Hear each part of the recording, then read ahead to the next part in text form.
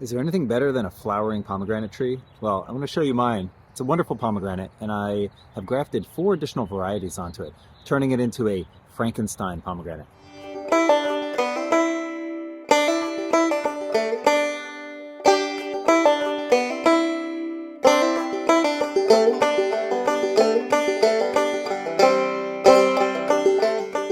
Behind me is our wonderful pomegranate tree, and it was here when we arrived at the house 2 years ago. It does not appear as if any of the prior owners had ever pruned this, so it has more of a bush-like appearance rather than a tree. It has multiple trunks coming off, and the prior owner used this material here that sort of supports the branches and keeps them from sitting directly on the ground. Our chickens absolutely love taking shelter underneath this pomegranate when it's hot, or when there are predators up in the sky, they scurry and run underneath here. So it serves multiple purposes. In the first year that we arrived, I'd say we got maybe 100 to 120 pomegranates. Now, I like pomegranates, but I don't like 100 of them all at once. So I decided to turn this into a Frankenstein pomegranate tree. I decided to graft on as many different varieties as I could get my hands on. So I'm going to go through and explain the 4 varieties that I have currently grafted onto the wonderful. And the reason why I chose grafting is because, well, this was when I was first starting to get into grafting. And I heard that pomegranates are very resilient. They can be propagated easily by taking off a cutting, putting rooting hormone on, and sticking them into the ground. And then as far as the grafting is concerned, they're on the easier side, meaning they're more forgiving than some of the other varieties. So I also want to show you some of my early grafts and how when I look back at those I kind of cringe because they're not very pretty looking. But I've learned quite a bit, and one of my latest grafts over here in Eversweet, I think I did to perfection, and it took this year, so I was successful. So let's go ahead, let's go look at those varieties. Okay, so as I look at the pomegranate tree, it's going to be very difficult to tell where the graft begins because all the leaves look the same. So I'm going to have to point those out for you.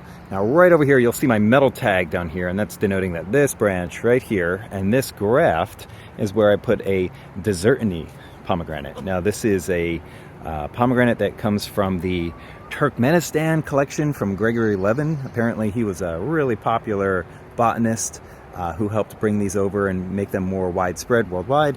And the graft took, and you'll notice this wedge graft, which is what I used at the very beginning. That is not pretty looking at all. I'm almost ashamed to videotape it and show you. But again, this is all about what I've learned over the years and how much I've grown and how much the plants have grown since these early experiences. So that wedge graft, the diameter of the scion and of the, in this case, the wonderful, were not the same. So I had to hug the one side of the wonderful branch. And as a result, as I swing over here, you'll see that there is a huge gap. Now, I have since learned that I don't cut right down the middle of the host branch and that I have to cut closer to one side or the other depending on the diameter of my scion. That was a learning experience, but fortunately for me, this graft took.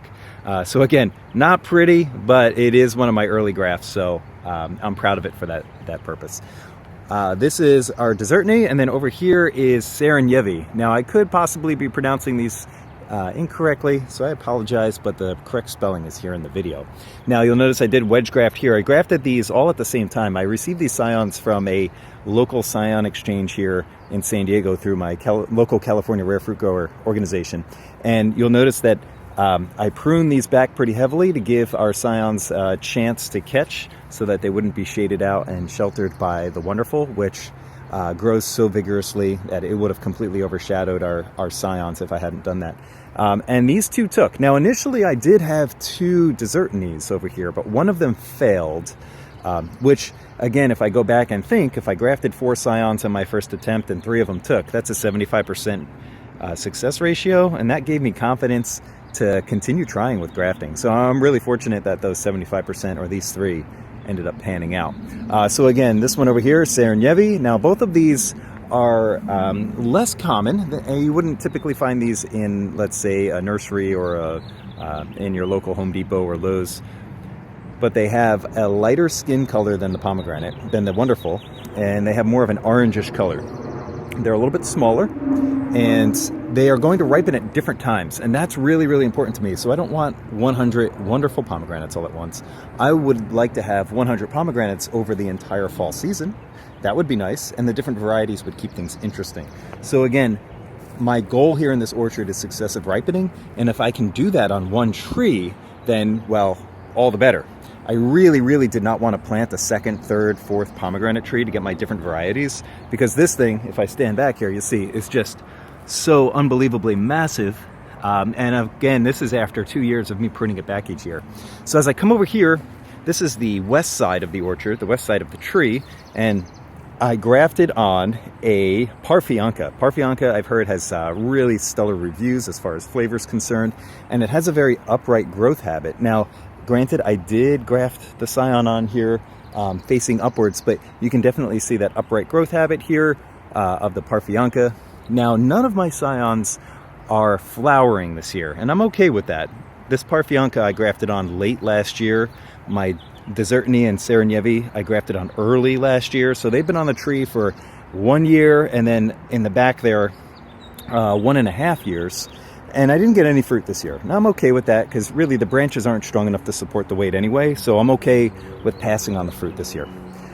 My most recent graft is right over here in the front. Now this is the south-facing side. You'll notice that 3 of my 4 varieties are grafted on the southern facing side, so they get plenty of sun exposure and they'd have the highest chance of success. And this is Eversweet. Now Eversweet is interesting because it is a white fleshed pomegranate. It is non-staining, and like the name implies, it is super sweet. So these are all varieties that you're less likely to find in your grocery store. That's also another really important thing for me. I don't want fruit that I can buy at the grocery store.